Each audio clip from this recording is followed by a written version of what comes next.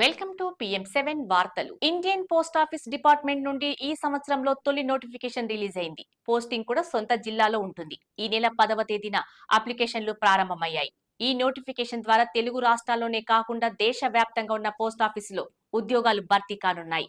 మార్చి 3 లోపు ఈ ఉద్యోగాలకు అప్లై చేసుకోవాల్సి ఉంటుంది. పూర్తి నోటిఫికేషన్ వివరాలు, మొత్తం పోస్టుల సంఖ్య, దేశవ్యాప్తంగా 30,000కు పైగా ఉద్యోగాలు. Gramin Dak Sevak, branch post master, assistant branch post master, Dak Sevak తదితర కేటగిరీల్లో ఉద్యోగాల భర్తీ ఉంటుంది. అప్లికేషన్ ప్రారంభం తేదీ ఫిబ్రవరి 10 నుండి అప్లికేషన్ చివరి తేదీ మార్చి 3 వరకు. విద్యార్హతలు 10వ తరగతి పాస్ అయి ఉండాలి.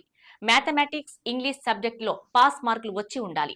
10వ తరగతి వరకు స్థానిక భాష ఒక సబ్జెక్టుగా కలిగి ఉండాలి. వయో పరిమితి 18 సంవత్సరాల నుండి 40 సంవత్సరాల మధ్యలో ఉండాలి.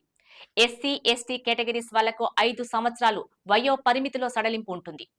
ఓబీసీ వాళ్లకు 3 సంవత్సరాలు ఉంటుంది.